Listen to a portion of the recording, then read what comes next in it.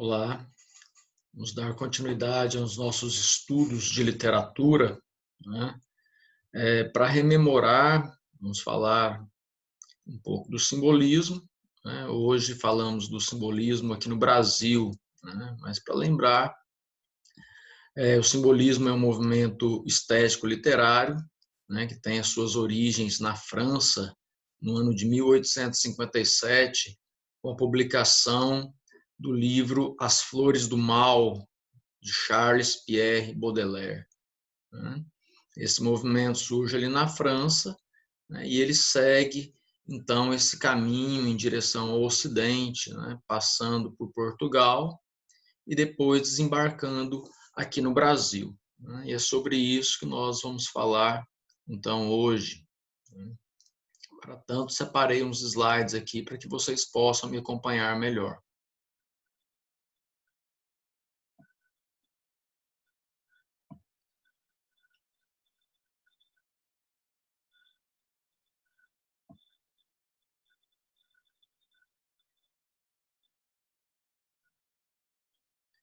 Bom, o simbolismo, então, no Brasil, ele surge em 1893, já um tempo considerável distante, no que diz respeito aí ao seu início na França, e coincide com a publicação de dois livros, do poeta Cruz e Souza, são os livros Missal e Broquéis.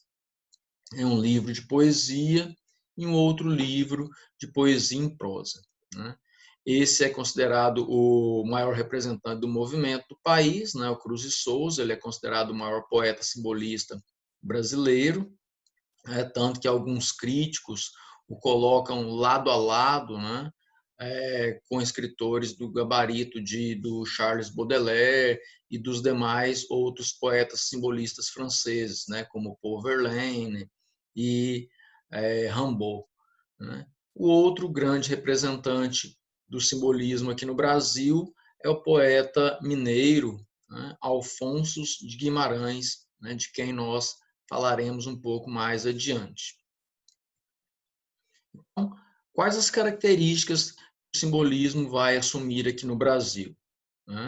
Claro que ele vai adotar as características já prementes, do simbolismo realizadas tanto na poesia francesa quanto na poesia realizada em Portugal. Então, nós teremos aqui essas seguintes características: a não racionalidade, não valorizava essa questão da razão, o sentimento era algo mais importante, mais prioritário para o poeta simbolista. Teremos também a questão do subjetivismo, individualismo e a imaginação. Claro, tem que ser assim, tanto quanto era nos seus primórdios ali no romantismo. O subjetivismo é inerente ao próprio sujeito, aquele que é interiorizado pelo próprio sujeito. Individualismo também, se é algo que se contrapõe até à própria razão. A razão, geralmente, ela é objetiva, ou seja, compartilhada por todos. O individualismo, não. É um ponto de vista, uma perspectiva muito do sujeito mesmo, do indivíduo. E muito imaginativo também o simbolismo aqui no Brasil. Por isso que ele está no mesmo patamar do simbolismo realizado também em outros países. Espiritualidade e transcendentalidade. O simbolismo ficou muito ligado a esses aspectos do espírito, e da questão de transcender a matéria, buscando ali o etéreo, aquilo que está mais relacionado ao universo. O subconsciente e o inconsciente. Isso é interessante, porque o poeta simbolista ele vai trabalhar com símbolos, e os símbolos, segundo a própria psicanálise, vai estar ligado aos aspectos do subconsciente ou do inconsciente, aquilo que não está no nível ali da consciência, né? Mas que o cidadão, o sujeito, né? Ele consegue resgatar justamente através dessa subconsciência. Por isso que dentro do simbolismo, né? O ato de sonhar, né? O aspecto do sonho terá uma relevância muito grande para esse movimento. E isso também traz em si as bases da modernidade, né? O próprio movimento surrealista, né? Que vai acontecer também na França no ano de 1924, né? Terá o sonho, né? Como a sua marca maior de construção artística, né? Tanto ligada aos aspectos da literatura quanto ligado às demais artes, né, que a ela também acompanha. Então, retratando aqui também um outro aspecto, né, uma outra característica, a questão da musicalidade, algo muito presente dentro do simbolismo, lembrar sempre disso, né? O simbolismo está ligado a esse aspecto da musicalidade que nos remete aí a uma origem, né, trovadoresca da literatura, né? Como numa época em que a poesia e a música não eram desvinculadas, né? Então eles vão buscar, né, recursos ali para que haja então esse processo de musicalidade dentro dos versos, né? E quais recursos seriam esses? Então nós temos aí algumas figuras de linguagem: a sinestesia, a aliteração, a assonância, né? A sinestesia quando há uma mistura de elementos sensoriais, a aliteração, que é a repetição da mesma consoante ao longo dos versos, né? E a assonância é quando também há uma repetição de uma mesma vogal ao longo dos versos também. Então, essas características aqui, somadas às características do simbolismo já realizado na França e também realizado em Portugal, né? Teremos aí o fazer poético do simbolismo dentro da literatura brasileira.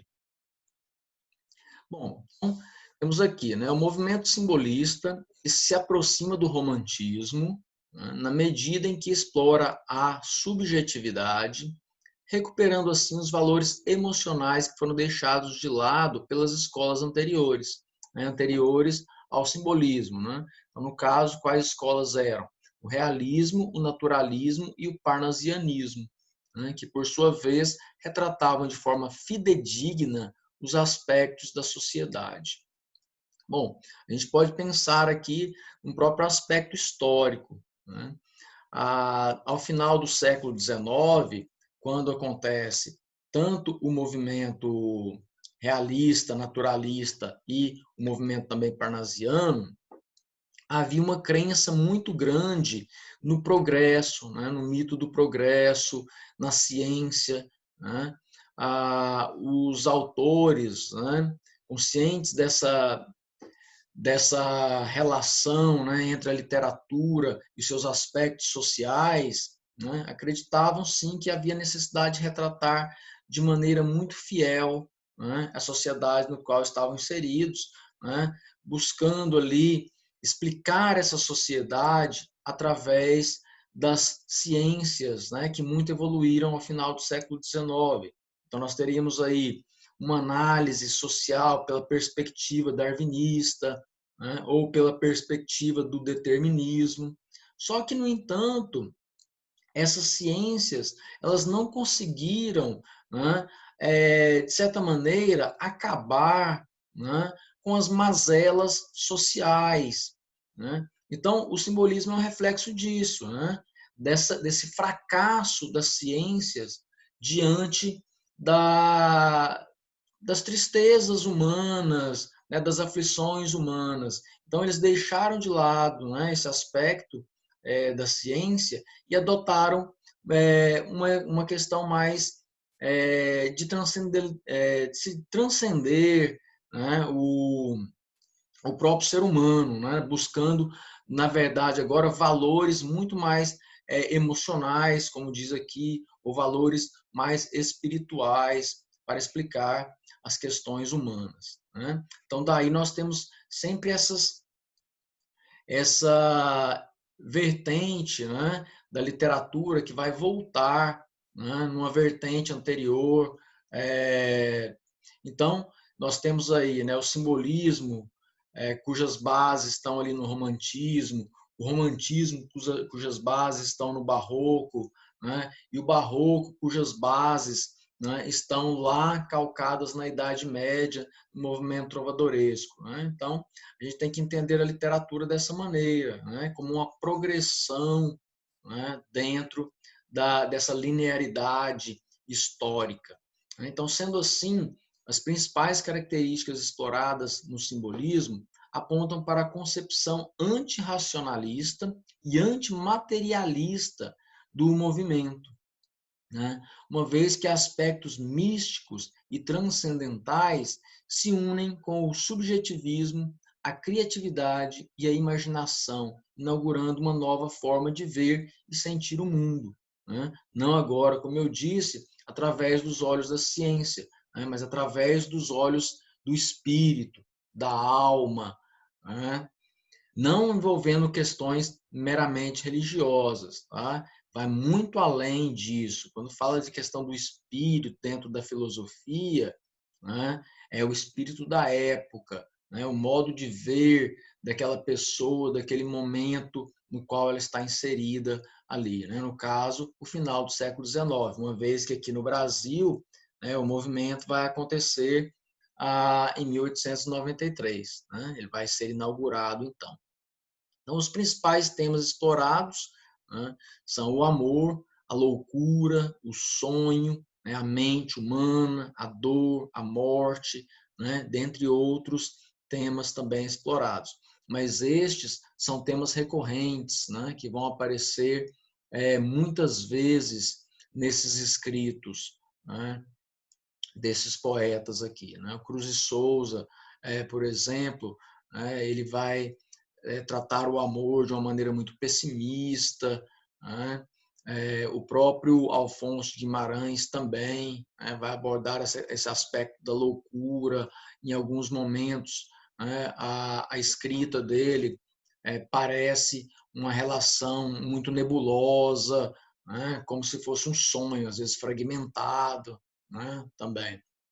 Então, de tal modo, a linguagem do simbolismo expressa o intuito dos artistas desse movimento ao explorar aspectos do consciente e do subconsciente, se afastando dos modelos formais das escolas anteriores, né? No caso ali o realismo, o naturalismo e o parnasianismo, e trazendo à tona aspectos relacionados, sobretudo, à espiritualidade humana.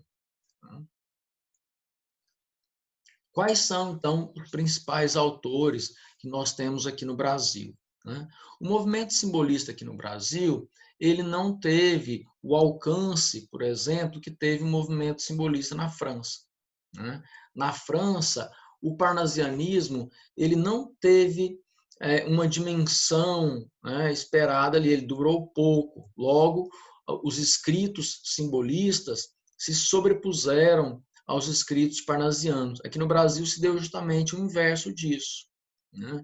O movimento parnasiano e o movimento simbolista, eles acontecem quase que de maneira concomitante, um ao lado do outro.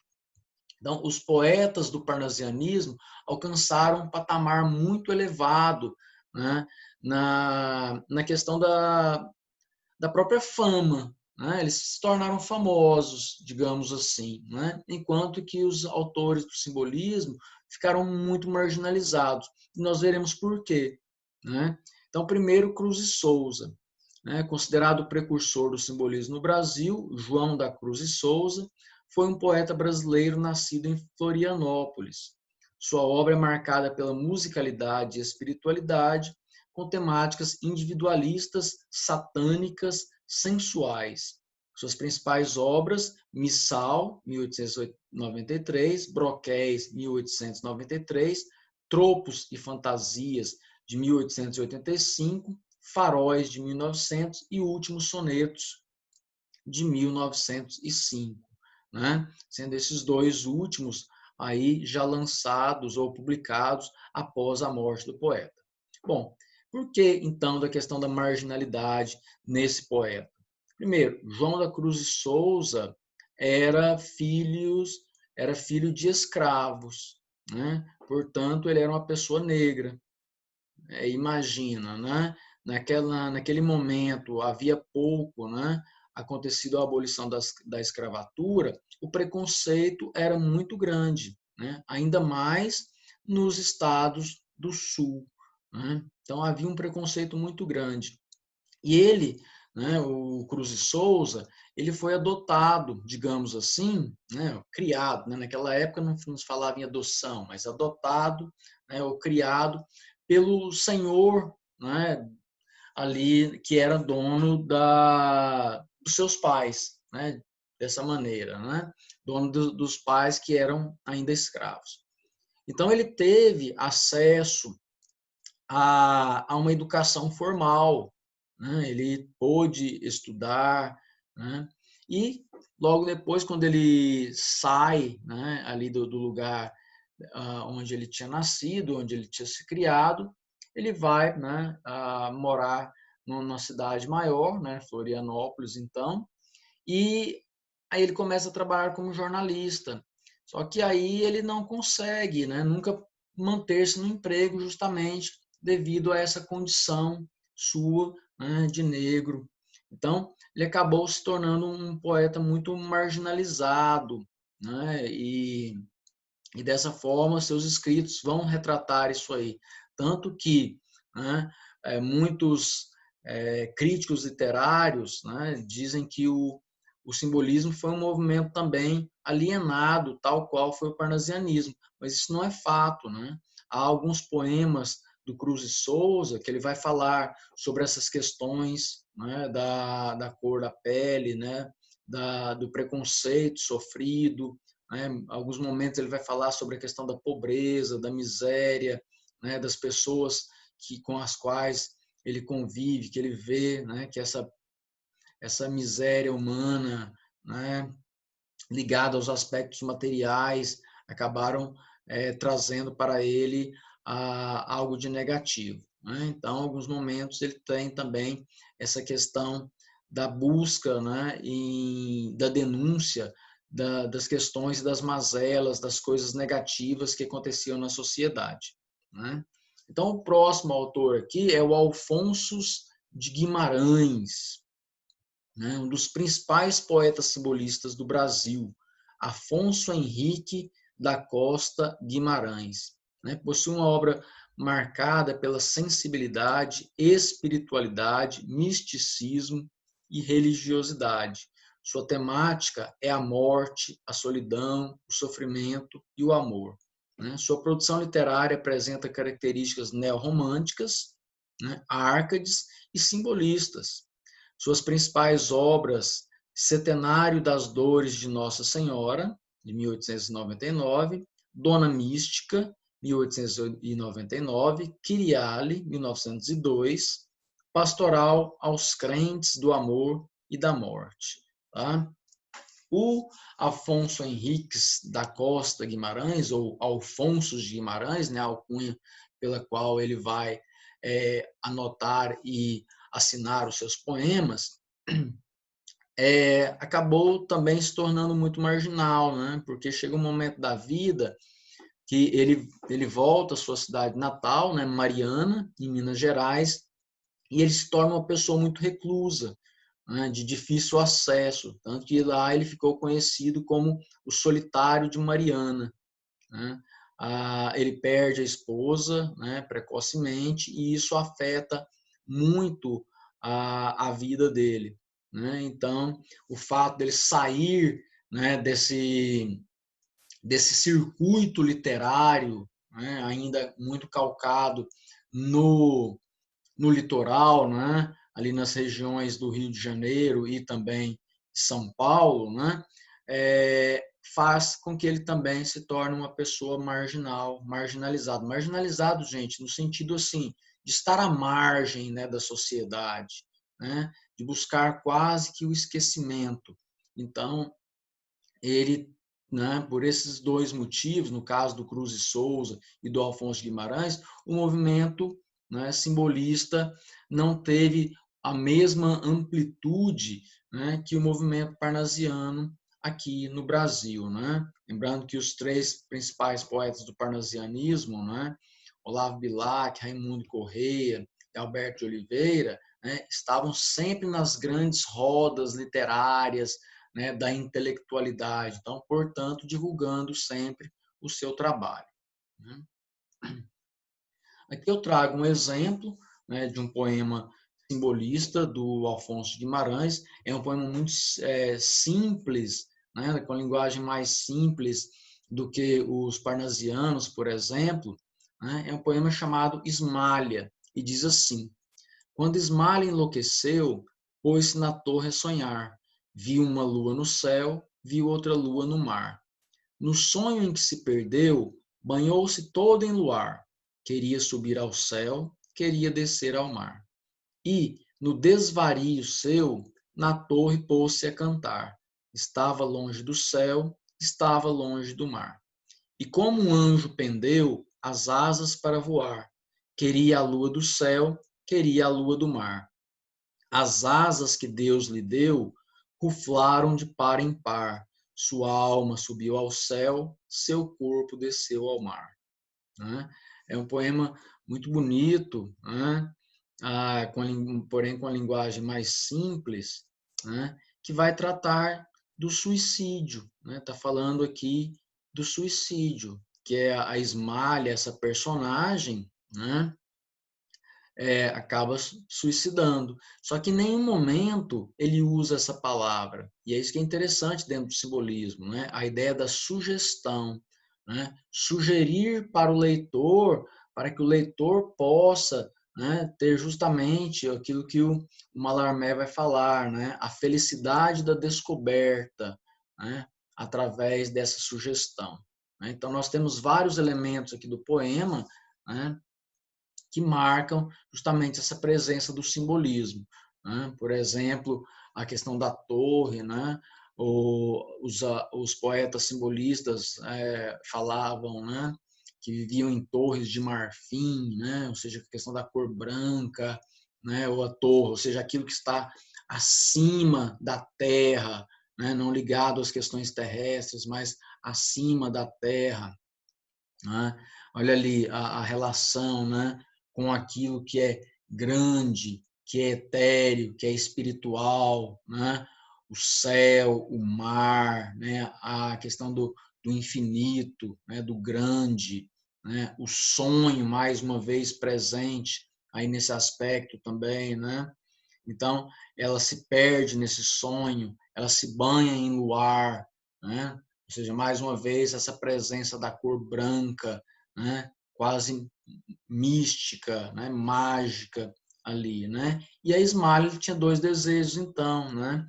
Essa dualidade, ela queria subir ao céu, mas também queria descer ao mar, né? O céu lá em cima, o mar lá embaixo, e ela acaba se tornando uma louca, né? Então a loucura também é objeto desse poema, né? Ela desvaria, né? Ela sofre um desvario, ou seja, ela se põe louca, né? E aí traz outro elemento ligado ao aspecto religioso, né? Que é algo presente dentro da obra do Alfonso Guimarães, né? Que é a questão do anjo, né? O anjo pendeu as asas para voar. E Deus é que deu essas asas, mas para quem, né? Para ela, né? Só que aí parece que ela se joga, né, dessa torre, né? O corpo desce ao mar, em contrapartida, agora sua alma sobe ao céu.